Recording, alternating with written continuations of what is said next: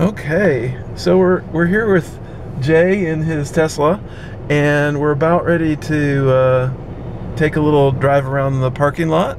And you said that there's no key in the Tesla? There's no key. The key fob stays in your pocket. When you walk up to the car, the door handles present themselves, which in effect unlocks it. And then focus on this. When the car is off now, yeah. When I touch the brake with my foot, the car turns on, and now it's on. There's really no difference. It's just now it's on. And then you just put it in gear and drive away. Yeah, I felt like we just raised up. I have air suspension on as an option, and we're not level, so it was trying to level us. Oh, okay. So that'll change when we drive away. That'll change a little bit. So we'll go slowly for a little while until we get to a safe spot. Yeah. And then we'll, because the rap on electric cars that I'm trying to change perception of is that they're slow and ugly. Right? If you ask people, why don't you like electric cars? Well, they're slow and they're ugly. Right. So we're going to try to fix that wagon,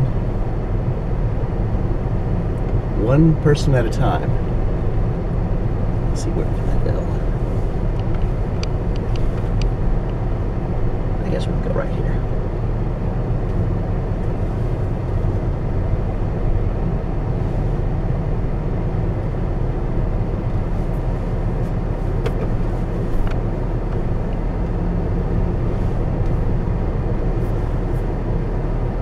Stop before that car there. Okay.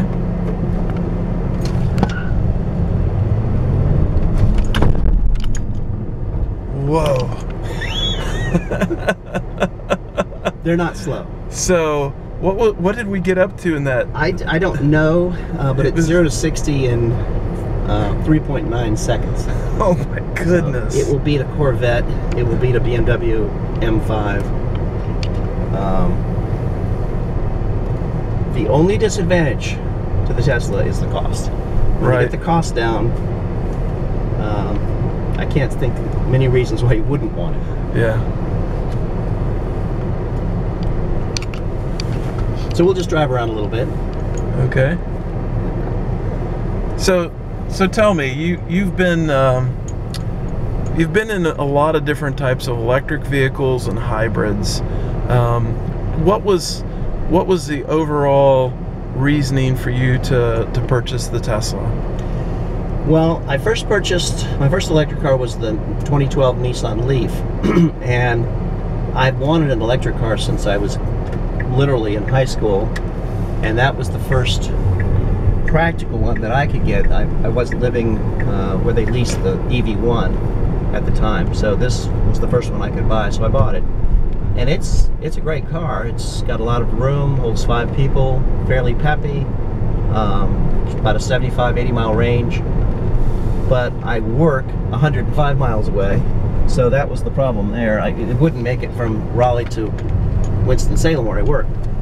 So when the Tesla became available, I went and test drove one, and it turns out it's a heck of a car, and I decided to go ahead and spring for it, even though it was way more money than I have ever spent on a car before.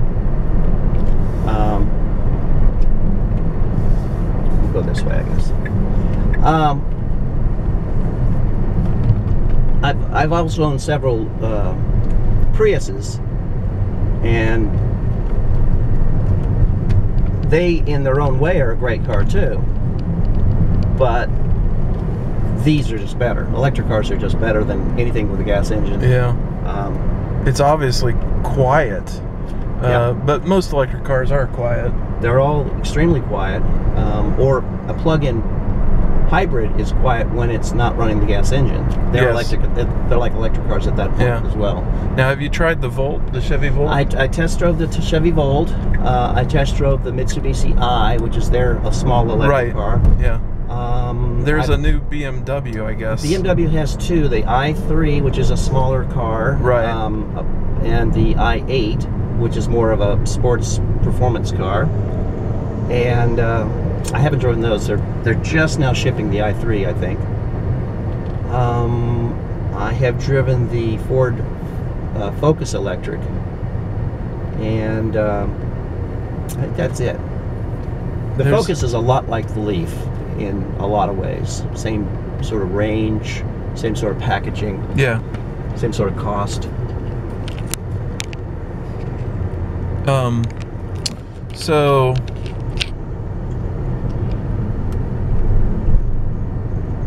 can you tell me how much you paid for this car?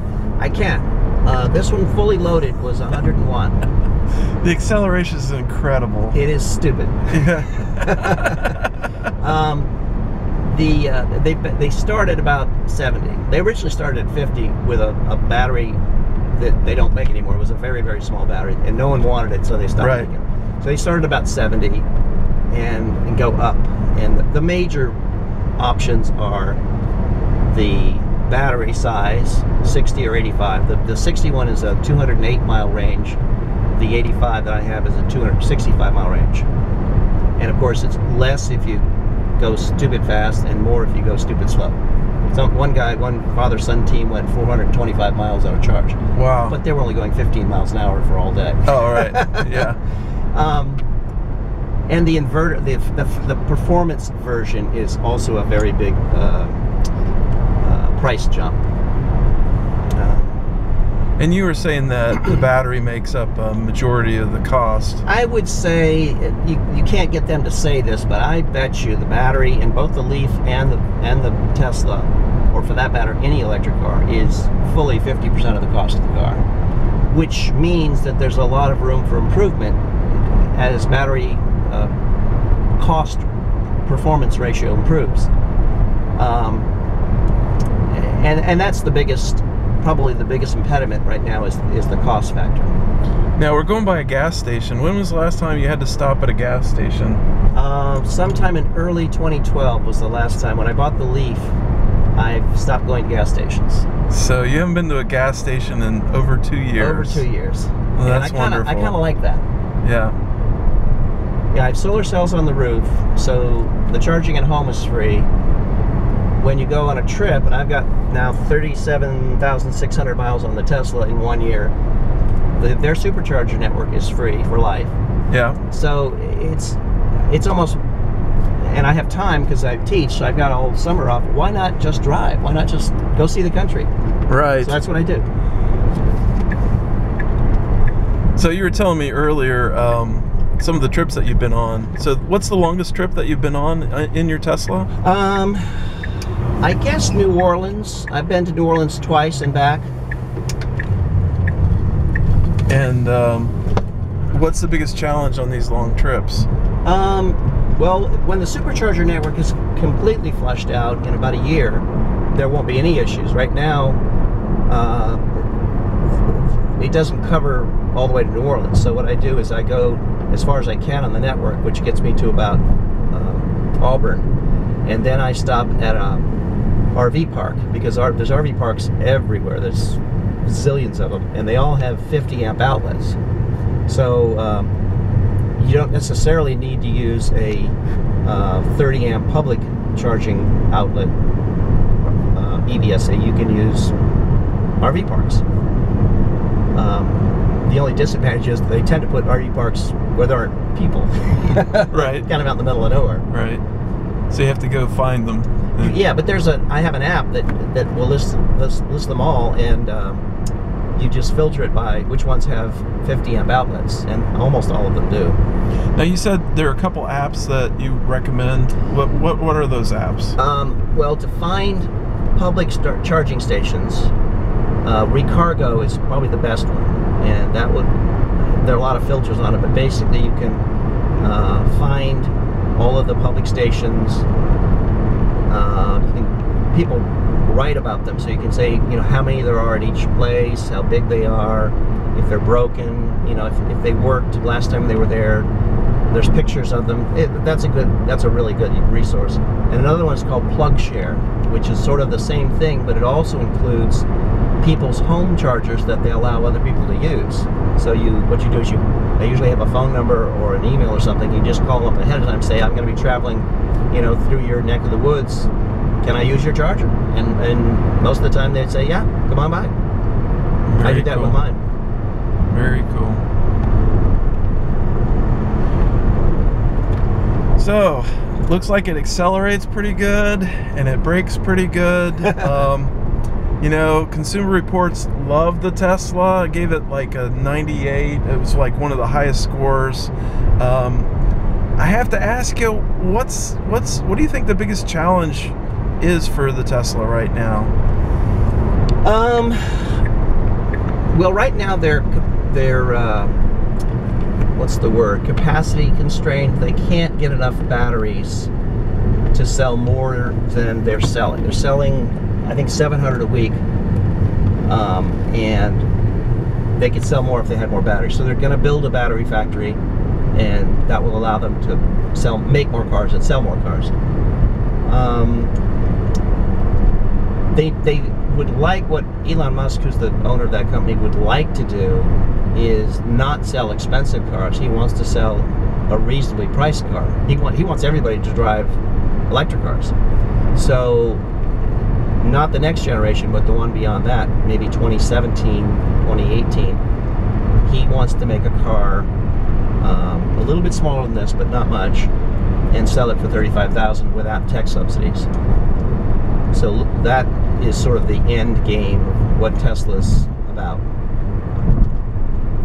Very cool. So the batteries are a major key to that, and you said something earlier about right now they're kind of at the they're caught up with their supplier right now being Panasonic. Correct. Did you say? They use Panasonic cells that are modified specifically for Tesla, and Tesla packages them into the form factor they want and the safety factors that they want. But this car, for instance, has over 7,000 cells, and so you can see where supply can become a problem. They're also selling the same kind of cells to laptop makers and, you know, cell phone makers. Those kind of batteries are used in a lot of different things. Well, Jay, I got to wrap this video up. Okay. So, but thank you so much for this test drive and all your information, and it's been very thrilling. And thanks for checking out my blog.